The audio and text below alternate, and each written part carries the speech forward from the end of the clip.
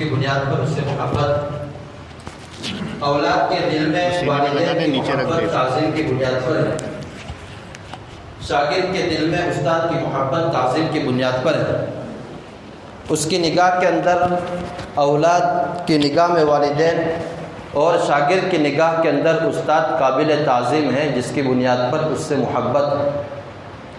یہ ایسی محبت ہے کہ جس کے اندر شکل و صورت نہیں دیکھی جاتی، یہ نہیں دیکھا جاتا کہ والدین خوبصورت ہے یا بدصورت ہے، استاد کی شکل و صورت کیسی ہے، ان کا لباس کیسا ہے، اس کو دیکھا نہیں جاتا ہے، بلکہ ہر حالت میں اس سے محبت ہوتی ہے۔ دوسری محبت، محبت شفقتی، والدین کے دل میں اولاد کی محبت شفقت کی بنیاد پر ہے، استاد کے دل میں شاگرد کی محبت شفقت کی بنیاد پر ہے۔ اس محبت میں بھی اس چیز کو شکل و صورت کو نہیں دیکھا جاتا ہے، ہر حالت میں اولاد کو والدین سے محبت ہوتی ہے، استاد کو شاگرد سے محبت ہوتی ہے۔ اور تیسری محبت، محبت مشاکلت، حسن و صورت کی بنیاد پر، اخلاق کی بنیاد پر، کمالات کی بنیاد پر، کسی ہنر کی بنیاد کے اوپر ایک انسان کو دوسرے انسان سے محبت ہوتی ہے۔ حضور اکرم صلی اللہ علیہ وسلم نے ان تینوں چیزوں کو اس کے اندر جمع فرمایا ہے۔ من والدہ کے ذریعے اشارہ کر دیا محبت تعظیمی کی طرف کہ تعظیم کی بنیاد پر ایک انسان کو دوسرے انسان سے جتنی محبت ہو سکتی ہے، حضور اکرم صلی اللہ علیہ وسلم کے ساتھ ان تمام میں سب سے زیادہ اس بات کی لائق ہے کہ آپ کی محبت تعظیم کی بنیاد پر سب سے زیادہ ہو۔ وولدہ سے حضور اکرم صلی اللہ علیہ وسلم نے محبت شفقت کی طرف اشارہ فرمایا کہ شفقت کی بنیاد پر والدین کو اپنے اولاد سے، استاد کو اپنے شاگرد سے جتنی بھی محبت ہو، ان تمام محبتوں میں سب سے زیادہ بڑی ہوئی اور سب سے زیادہ محبت کے قابل اگر کوئی ذات ہیں تو حضور اکرم صلی اللہ علیہ وسلم کی ذات۔ تیسری چیز، والناس اجمعین کے ذریعے حضور اکرم صلی اللہ علیہ وسلم نے محبت مشاکلت، حسن و جمال اور اخلاق اور کمالات کی بنیاد پر جو محبت ہوتی ہے اس کی طرف اشارہ کر دیا کہ حسن و جمال اور کمالات اور اخلاق کی بنیاد پر ایک انسان کو دوسرے انسان سے جو محبت ہوتی ہے، حضور اکرم صلی اللہ علیہ وسلم کی ذات ان تمام چیزوں میں سب سے زیادہ اس بات کے لائق ہے کہ آپ کو محبت مشاکلت اور حسن و جمال اور اخلاق کی بنیاد پر آپ کو اپنا محبوب بنایا جائے۔ آپ صلی اللہ علیہ وسلم کی تعظیم کیا ہے؟ آپ کو اللہ رب العزت نے امام الانبیاء والمرسلین بنایا ہے، تمام انبیاء اور رسولوں کی امامت کا شرف اللہ رب العزت نے آپ کو بخشا ہے، آپ کو سید الانبیاء والمرسلین بنایا ہے، تمام نبیوں کا سردار آپ کو بنایا ہے۔ اللہ رب العزت نے آپ کو رحمت للعالمین، دنیا جہاں بھر کی تمام چیزوں کے لیے آپ صلی اللہ علیہ وسلم کو رحمت بنا کر بھیجا ہے۔ اللہ رب العزت سے سب سے زیادہ ڈرنے والے حضور اکرم صلی اللہ علیہ وسلم، اللہ رب العزت کے سب سے زیادہ مطیع اور فرما بردار حضور اکرم صلی اللہ علیہ وسلم، اللہ رب العزت کے تقرب کے بندوں کے اللہ رب العزت سے تقرب کے جتنے درجات ہیں ان تمام درجوں میں سب سے اعلیٰ درجے پر حضور اکرم صلی اللہ علیہ وسلم فائز ہیں۔ آپ صلی اللہ علیہ وسلم کی تعظیم ناقابل بیان ہے۔ اللہ رب العزت کے بعد سب سے زیادہ اگر تعظیم کے قابل کوئی ذات ہے تو حضور اکرم صلی اللہ علیہ وسلم کی ذات ہے۔ آپ صلی اللہ علیہ وسلم کی شفقت ہر قدم پر اپنی امت کے ساتھ حضور اکرم صلی اللہ علیہ وسلم کا شفقت کا اظہار ہے۔ مسواک ایک سنت ہے جس سے منہ صاف ہوتا ہے، جو انسان کے لیے بڑی مفید چیز ہے۔ حضور اکرم صلی اللہ علیہ وسلم فرماتے ہیں لولا ان اشق علی امتی لامرتهم بالسواک عند كل صلاۃ، اگر مجھے میری امت پر مشقت کا خوف نہ ہوتا تو میں میری امت کو ہر نماز کے وقت مسواک کا لازمی اور ضروری حکم دیتا۔ آپ نے اس کو لازم قرار نہیں دیا کہ کہیں کوئی موقع ایسا آ جائے کہ امت اس کو نہ پا سکے اور وہ گنہگار ہو جائے۔ حج فرض ہوا، حج کی فرضیت کی جب آیت نازل ہوئی، ایک صحابی نے حضور اکرم صلی اللہ علیہ وسلم سے پوچھا کہ اللہ کے رسول کیا ہم ہر سال حج کریں یا زندگی میں ایک مرتبہ؟ آپ صلی اللہ علیہ وسلم ناراض ہو گئے اور آپ نے فرمایا اس طریقے کے سوال نہ کیا کرو، اگر میں ہاں کہہ دیتا تو میری امت کے اوپر ہر سال حج فرض ہو جاتا اور میری امت مشقت میں پڑ جاتی۔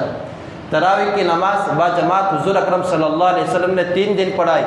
چوتھے دن حضور اکرم صلی اللہ علیہ وسلم گھر سے باہر نہیں آئے، صحابہ کرام جمع ہو گئے، آپ صلی اللہ علیہ وسلم گھر سے باہر نہیں آئے۔ جب صبح ہوئی حضور اکرم صلی اللہ علیہ وسلم سے پوچھا گیا، آپ نے فرمایا کہ میں دیکھ رہا تھا آپ کے شوق کو اور ایک طرف اللہ رب العزت کی رحمت کو دیکھ رہا تھا، مجھے خطرہ ہوا کہ کہیں آپ کے اوپر یہ نماز واجب نہ کر دی جائے، اس لیے قصداً میں اپنے گھر سے باہر نہیں نکلا ہوں۔ کمال شفقت ہے آپ صلی اللہ علیہ وسلم کی امت کے ساتھ۔ روایت میں آتا ہے کہ آپ صلی اللہ علیہ وسلم، مسلم شریف کی روایت ہے، ایک مرتبہ قرآن کریم کی تلاوت فرما رہے ہیں۔ قرآن کریم کی تلاوت کے دوران ایک عجیب سی کیفیت طاری ہوئی، آپ صلی اللہ علیہ وسلم کی آنکھوں سے آنسو جاری ہو گئے اور آپ نے اپنے ہاتھ اٹھائے اور یا رب امتی یا رب امتی کے جملے آپ کی زبان پر جاری ہوئے۔ اللہ رب العزت نے جب اس معاملے کو دیکھا، حضرت جبرائیل علیہ الصلوۃ والسلام کو حکم دیا کہ جاؤ پوچھ کے آؤ کہ حضور اکرم صلی اللہ علیہ وسلم کیوں رو رہے ہیں۔ حضرت جبرائیل علیہ الصلوۃ والسلام آئے، آپ نے پوچھا، حضور اکرم صلی اللہ علیہ وسلم نے فرمایا کہ ابراہیم علیہ الصلوۃ والسلام نے تو یہ کہہ دیا ہے کہ جو میرے طریقے پر ہے وہ میرا ہے، جو میرے طریقے پر نہیں وہ تیرے حوالے ہیں۔ حضرت عیسیٰ علیہ الصلوۃ والسلام نے یہ کہہ دیا ہے، ان تعذبهم فإنهم عبادك وإن تغفر لهم فإنك أنت العزیز الحکیم، اگر تو انہیں سزا دے تو تیرے بندے ہیں اور اگر تو انہیں معاف کر دے تو اس قابل ہے، اس کے اوپر قادر ہے۔ حضور اکرم صلی اللہ علیہ وسلم فرماتے ہیں لیکن مجھے میری امت کی فکر ہے کہ میری امت کا کیا ہو۔ گویا کہ آپ صلی اللہ علیہ وسلم یہ کہنا چاہ رہے ہیں کہ میں اپنی امت کے جنت میں داخلے کی گارنٹی چاہتا ہوں کہ میری ہر امت کا ہر فرد جنت کے اندر داخل ہو جائے۔ جبرائیل علیہ الصلوۃ والسلام گئے، حضور اکرم صلی اللہ علیہ وسلم کا پیغام پہنچایا، اللہ رب العزت نے واپس بھیجا اور یہ کہا کہ جا کر کہہ دو کہ اے محمد ہم آپ کو اپنی امت کے بارے میں خوش کر دیں گے، آپ کو ہم ناراض نہیں ہونے دیں گے۔ حضور اکرم صلی اللہ علیہ وسلم فرماتے ہیں اس دنیا کے اندر اللہ رب العزت نے ہر نبی کو ایک ایسی دعا دی کہ جس کی قبولیت کا اللہ رب العزت نے وعدہ کیا ہے، ہر نبی نے اپنی دعا کو استعمال کر لیا ہے۔ مجھے بھی اللہ نے دعا دی تھی، میں نے اس دعا کو باقی رکھا ہے اپنی گنہگار امت کے لیے، کل قیامت کے دن اس کو استعمال کروں گا اور اپنی گنہگار امت کو میں بخشواؤں گا۔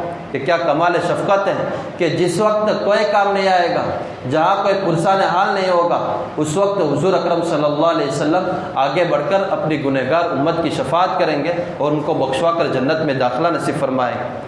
آپ صلی اللہ علیہ وسلم کے حسن و جمال، آپ صلی اللہ علیہ وسلم کے کمالات، آپ کے اخلاق، آپ کا روشن کردار، یہ تمام کے تمام بے مثال ہیں۔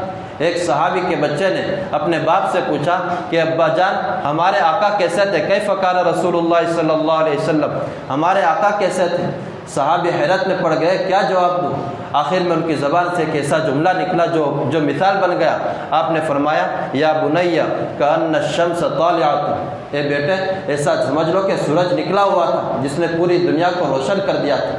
صحابہ فرماتے ہیں حضور اکرم صلی اللہ علیہ وسلم جب مسکراتے ہیں تو آپ کے مسکرانے کی وجہ سے دندان مبارک جب ظاہر ہوتے ہیں، جس کی وجہ سے ایسی چمک ظاہر ہوتی کہ در و دیوار روشن ہو جاتے ہیں، اور ہم اس انتظار میں رہتے تھے کہ کب ایسا موقع ہے کہ آپ صلی اللہ علیہ وسلم مسکرائے اور جس کی وجہ سے پورا چاروں طرف روشنی پھیل جائے۔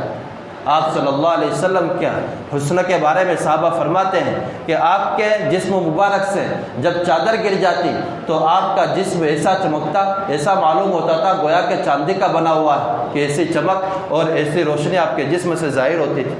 آپ صلی اللہ علیہ وسلم کی سخاوت ایسی کہ آپ صلی اللہ علیہ وسلم کے پاس ایک شخص آئے، انہوں نے آپ صلی اللہ علیہ وسلم سے سوال کیا، آپ صلی اللہ علیہ وسلم نے ان کو ایک ہی وقت میں اتنی بکریاں دی کہ جس سے پورا میدان بھر گیا۔ وہ اپنی قوم کے پاس گئے اور اپنی قوم سے کہا کہ ایمان لے آؤ، بڑے فائدے میں رہوں گے۔ آپ صلی اللہ علیہ وسلم اتنی بکریاں دیتے ہیں جس سے پوری وادی بھر جاتی ہے۔ آپ صلی اللہ علیہ وسلم کی بہادری، آپ کی شجاعت، آپ کی قوت اور طاقت ایسی کہ جس کے سامنے کوئی ٹک نہیں سکتا تھا۔ دنیا کا بڑا بہادر آدمی ہو وہ بھی آپ صلی اللہ علیہ وسلم کے سامنے ٹک نہیں سکتا تھا۔ آپ صلی اللہ علیہ وسلم کے زمانے مدینہ کے اندر ایک خوفناک آواز ظاہر ہوئی، صحابہ کرام رضوان اللہ علیہ مجمعین اپنے گھر سے باہر نکل گئے۔ آپ صلی اللہ علیہ وسلم گھر سے باہر نکلے، اچانک دیکھا کہ آپ صلی اللہ علیہ وسلم سامنے سے آ رہے ہیں جس طرف سے آواز آئی تھی۔ آپ صلی اللہ علیہ وسلم نے آ کر کہا کہ اپنے گھروں میں چلے جاؤ، کوئی خوف کی بات نہیں، میں جا کر آیا ہوں کہ ایسے ماحول میں اندھیرا ہے۔ آپ صلی اللہ علیہ وسلم اکیلے گئے اور جا کر دیکھ کر آ گئے۔ غزوہ حنین کے موقع پر وقتی طور پر صحابہ کرام کے اندر انتشار ہو گیا، پیر اکھڑ گئے۔ اس وقت حضور اکرم صلی اللہ علیہ وسلم میدان میں جمع رہے، اپنی سواری سے اترے اور آپ نے اعلان کیا، انا النبی لا کذب انا ابن عبد المطلب، میں سچا نبی ہوں، میں عبد المطلب کا بیٹا ہوں۔ اس نعرے کو سن کر تمام صحابہ آ گئے اور مقابلہ کیا کہ ایسی بہادری اور ایسی طاقت جہاں تمام کے پیر اکھڑ گئے ہیں، آپ صلی اللہ علیہ وسلم نے اپنی بہادری کا مظاہرہ کیا ہے۔